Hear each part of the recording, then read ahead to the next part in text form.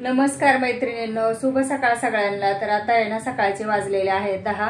तर सकाळी मी 9 वाजता थोडासा स्वयंपाक वगैरे आवरून खाली आरतीला गेले होते। तर मला ही टाइम झाला यायला, कारण आरती होती 9:15 ला चालू, तर चांगले तास दीड तास तिथेच जातात। तर थोडा वेळ आम्ही तिथं आरती वगैरे झाली ना, तर नंतर थोडा वेळ बसतात, प्रसाद वगैरे वाटतात, सगळ्यांना हळदी कुंकू लावतात। तर सगळ्या लेडीज तिथं बसलेल्या असतात, त्याच्यामुळे काय उठून पण येत नाही। आणि तिथं देवीपाशी थोडा वेळ बसतात सगळ्याजणी मिळून। तर मग मी पण थांबते, त्याच्यानंतर घरी येते। मग चला आता घरी पण आले आणि देवीला पाणी घालून घेतलं गठाला। त्याच्यानंतर माळ मी खालीहूनच आणली होती बनवून, कारण तिथल्या गठाला माळ घालायला लागते ना। तर मग मी बनवली होती, तर 2 माळी बनवल्या, कारण माझ्याकडे आता घरात फुलं पण नव्हती, कोण आणायला पण नव्हतं घरात। तर मी खालीहूनच 2 माळी केल्या। एक तिथल्या गठाला घातली देवीपासल्या आणि एक आमच्या गठाला घेऊन आले।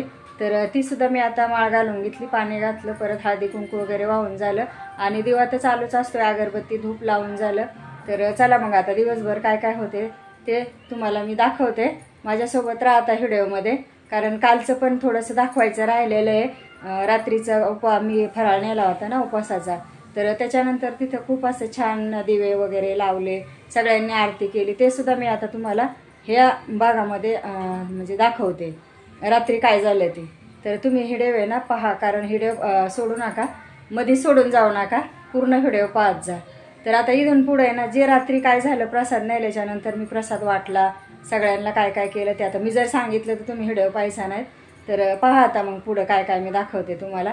सकाळचे थोडेसे स्वयंपाकाचे काम आवरले, तर पण अजून मला बाकीचं काम राहिलेलं आहे, कपडे वगैरे भांडे, एवढा आता पसारा पडलाय। पण चला, ते आता रोजचंच झालं आहे आपलं डेली रुटीन, त्याच्यामुळं काय सांगायची गरज नाही। चला मग बाय सगळ्यांना, आणि भेटूया आता परत रात्रीच्या व्हिडिओमध्ये राहिलेलं दाखवणार आहे मी तुम्हाला, तर ते तुम्ही आता पूर्ण पहा। या मग आश्रमाचा वाटता हे सदना, संकटी पावावे निर्वाणी रक्षावे सुरवर वंदना।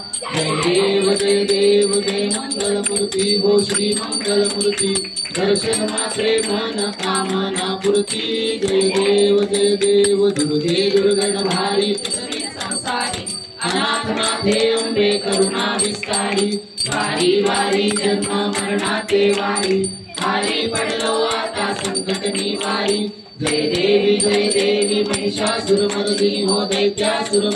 तर मग मी पण प्रसाद घेऊन आले होते। आरती झाली, त्याच्यानंतर आम्ही ना सगळ्यांनी मिळून लेडीजने दिवे तयार करून आणले होते घरीहून। तर इथं छानपैकी आम्ही ना देवीला आरती ओवाळत आहेत। तर सगळ्यांचे दिवे आपण आपल्या घरीहून आणलेले आहेत, दिव्यांचे ताटं। तर असे आम्ही छानपैकी फोटो काढले, देवीला ओवाळून घेतलं सगळ्याजणींनी। तर त्याच्यानंतर आता आमचा प्रसाद होता, अजून एक जणीचा होता, त्याच्यामुळे इथं मी प्रसाद पण वाटते आणि बाकीच्या लेडीज सगळ्यांना देत आहेत नेहून। तर अशा पद्धतीने संध्याकाळी प्रसाद वगैरे आम्ही सगळेजण मिळून इथं वाटत आहेत, सगळे बसलेले आहेत आणि हे ताटं आहे ना सगळे रील बनवत आहेत, त्याच्यामुळं देवीच्या समोर इथं ओवाळून घेत आहेत। तर नंतर मग दुसऱ्या दिवशी सकाळी 8व्या दिवशी इथं सकाळी मी परत खाली आरतीला आले आणि त्याच्यानंतर मग आरती वगैरे करून प्रसाद वगैरे घेतला। तर दुपारी आहे ना मैत्रिणी आल्या होत्या, कारण त्यांच्या इथं गट नसतो, आमची इथं गट आहे, त्याच्यामुळे ते बोलले की गठाला ओटी न्यायला लागते, म्हणून मग त्या ओटी घेऊन आल्या होत्या घरी। तर मग असं त्यांनी नारळ, परत तांदूळ, गहू पीस, एक ब्लाऊज पीस आणलेला, वेणी पण आणली होती। तर त्या मग मला बोलल्या की चला तुमची ओटी भरून घेऊया। तर त्यांच्याकडे अशी पद्धत आहे की ज्याच्या घरी गट असेल त्यांची ओटी भरायची।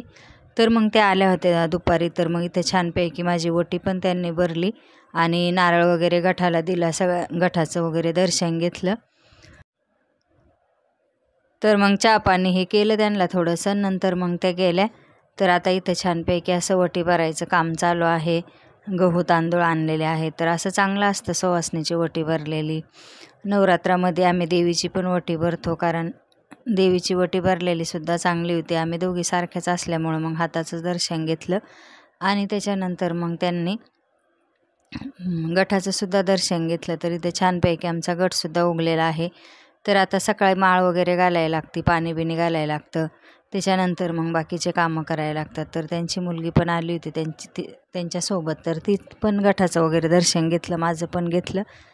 तर हे दुपारचं आमचं निवांत चाललं होतं, कारण दुपारी टाईम असतो ना, मग त्या बोलल्या की कामं बिमं आवरून मी येते, तर मग त्या दुपारीच आल्या होत्या। तर अशा पद्धतीने मग चला आता संध्याकाळचा स्वयंपाक करूया थोडासा। तर संध्याकाळच्या स्वयंपाकामध्ये मला आहे ना भाजीलाच काय नव्हतं आणि काय करावं ते पण सुचत नव्हतं. रोज उठलं का त्या भाजीचं टेन्शन. तर म्हटलं चला आज टोमॅटोची चटणीच करते, कारण टोमॅटो थोडेसे शिल्लक पण होते घरामध्ये जास्त.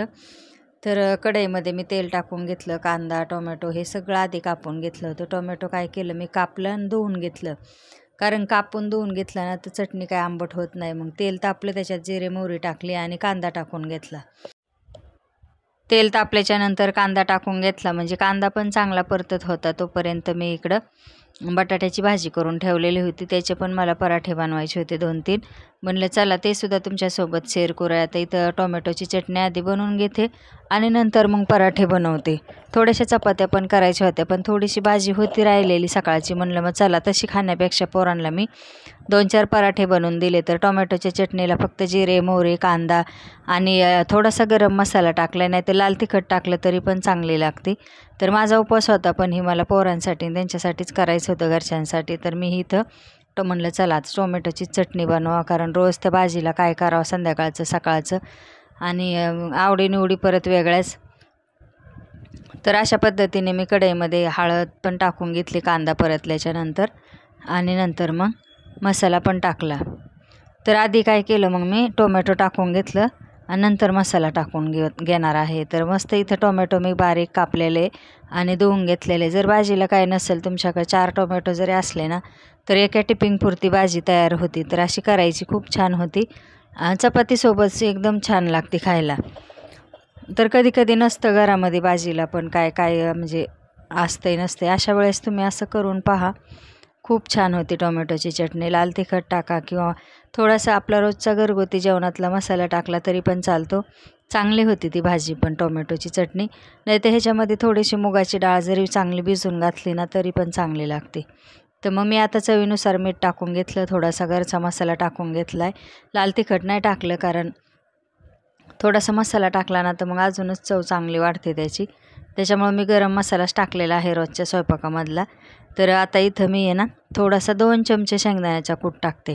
तुम्हाला जर आवडत नसेल तर नाही टाकला तरी चालेल, पण आम्ही टाकतो सुक्या भाजीमध्ये शेंगदाण्याचा कूट. थोडासा का होईना लागतो टाकायला.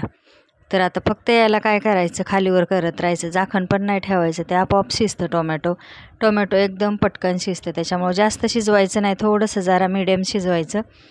तर मग ते टोमॅटो मी बारीक गॅसवर ठेवले शिजायला आणि इकडच्या ह्याच्यावर गॅसवर मी चपात्या लाटायला घेतल्यात. तर चपात्यामध्ये आहे ना झाल्या माझ्या चपात्या, पण 2-3 पराठे करायचे होते मला. तर ते पण मी आता इथं करून घेते, कारण थोडीशी भाजी शिल्लक राहिली होती बटाट्याची. म्हणलं परत डबल खायला पोरांना देण्यापेक्षा ह्यांना पराठेच बनवून देते 2-3.